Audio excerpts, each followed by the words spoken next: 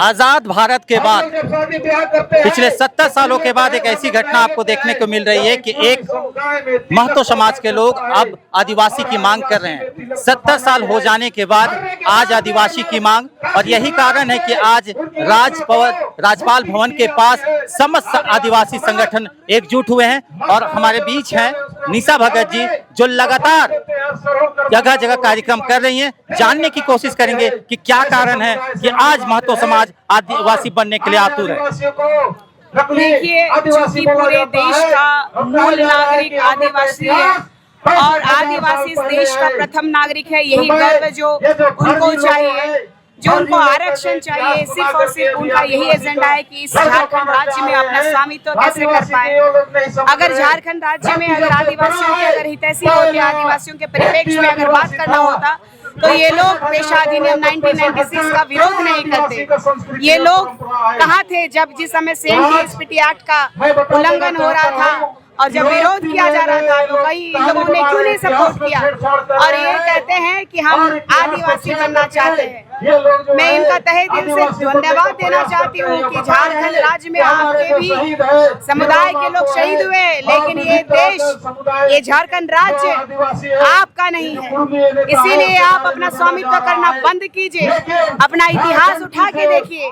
जब आप संवैधानिक तरीके से अपनी मांग नहीं रख सकते हैं, तो अपना संविधान में अपना जगह कैसे बना पाएंगे आप? क्योंकि आपको हिंसा आती है, आपको हमारे समाज के प्रति जब द्वेष है, जब ईर्ष्या है, जब हमारे लिए छुआछूत से भी बड़ा आप पानी देने से मना करते हैं, तो आप हमारे भाई कैसे हुए? आप कहते हैं कि मांझी और मैं तो भाई भाई, आप कहते हैं कि मुंडा और मैं तो भाई भाई। अरे भाई, हमने कहा आपको भाई, हमने आपको जगह रहने के लिए दिया, आप खेती करने आए थे, आपको मान दिया, सम्मान दिया, संवैधानिक तरीके से आपको जगह भी मिली, लेकिन आप आदिवासी बनना क्यों चाहते? जब ओबीसी है, आप ओबीसी में भी BC 1 कैटेगरी में आते हैं, आप क्रीमी लेयर में आते हैं, आप वहाँ भी मलाई खाइएगा।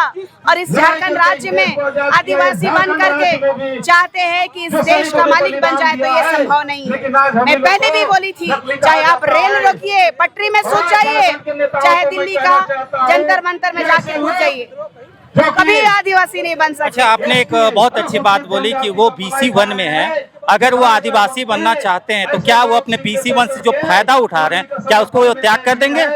देखिए, जब सुप्रीम कोर्ट ने आदेश और फरमान और उन्होंने मुहर डाला कि आदिवासी जो है इस देश का प्रथम नागरिक, मूल नागरिक है 2010 और 11 में, तो मैं ये कहना चाहती हूँ इनको कि उस समय आप लोग क्यों नहीं कहे कि इस देश का मूल नागरिक हम लोग भी हैं? आपने विरोध क्यों नहीं किया?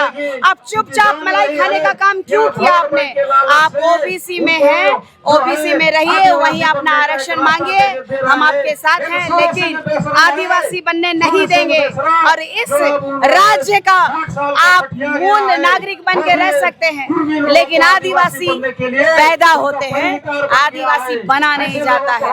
और आदिवासी बनने के लिए आप जो सपना देख रहे हैं, अभी तो एक लड़की ने आपको हिलाया, आदिवासी लड़की, आने वाला समय में पूरा झारखंड ही नहीं, पूरा देश का आदिवासी आप लोगों के खिलाफ जाएंगे। आप जाके मांगिए ना असम के बोडो और राभा कम्युनिटी से, पता चलेगा कि आपकी औकात क्या है। उनका एक दावा है 1931 का गैजेट को वो दिखाने की कोशिश करते हैं कि हम आदिवासी थे और 1950 में हमें आदिवासी की सूची से हटा दिया गया। देखिए, ये फर्जी जितने भी डॉक्यूमेंट्स लेके आ जाएं, अभी आपने देखा होगा चाईबासा में लोग नौकरी लेने के लिए आदिवासियों का फर्जी डॉक्यूमेंट्स बनाया, 3 साल जेल चला गया वो लोग।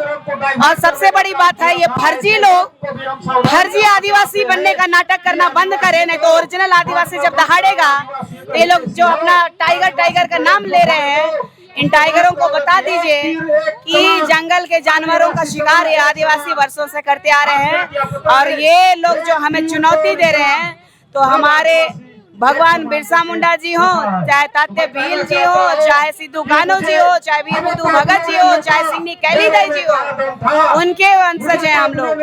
पानी नहीं, इस राज्य से भगा देंगे। सोच लीजिए कि अगर पूरा देश का अगर आदिवासी जाग गया तो कौन सा देश जाइएगा? पाकिस्तान जाइएगा? जाइए पाकिस्तान में बोलिए कि कुर्मी को आदिवासी बनाइए, इस देश में मत बोलिए, नहीं तो आने वाला समय आप लोगों के लिए और केंद्र की सरकार को भी आपके माध्यम से चेताना चाहते हैं।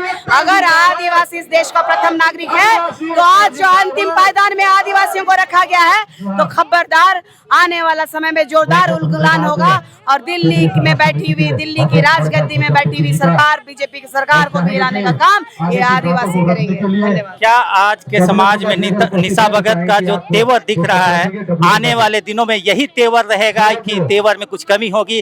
क्या कुछ योजनाएं हैं निशा भगत में? आदिवासी बेटी हूँ और एक आदिवासी बेटी से ये लोग हिला है, तो इनको पता होगा कि आदिवासी मरते दम तक आत्मा होती है उनका जल जंगल जमीन, और हमारा ये आदिवासियत, हमारा जो ये प्रकृति अभिमान है, हमारा जो आदिवासी होना हमारा गर्व की बात है। जब तक मरूंगी नहीं तब तक हम आदिवासियों के खिलाफ जितने भी लोग हैं सबका जीना हराम कर देंगे, चाहे एड़ी चोटी कर लीजिए। जब तक मेरी सांसें खत्म नहीं होंगी तब तक आदिवासी समाज के लिए मैं लड़ती रहूंगी और आदिवासी समुदाय के लिए अपना जान भी निछावर करने के लिए तैयार हूँ। तो मुझे फर्क नहीं पड़ता है चाहे कुर्मी आए, चाहे कुर्मी आए, चाहे अन्य समुदाय के लोग आए। इस संविधान में भी हम प्रथम हैं और इस देश में भी प्रथम है, और भगवान के आने से पहले से हम है इस देश का मालिक। चलिए, सुन रहे थे निशा भगत को। निशा भगत ने साफ तौर पे अपना स्टैंड क्लियर कर चुकी है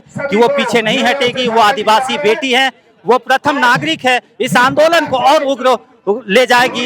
इस जो आंदोलन जो चल रहा है कि जो महतो लोगों का कहना है कि हम आदिवासी में शामिल होंगे, निशा भगत और पूरे आदिवासी समाज ने इस बात को खुले तौर पे रख दिया है कि किसी भी हालत पे, समाज के किसी भी पटल पे महतो को आदिवासी का दर्जा नहीं मिलेगा। आप हमारे साथ बने रहिए। झारखंड न्यूज़ 9 में जोहार।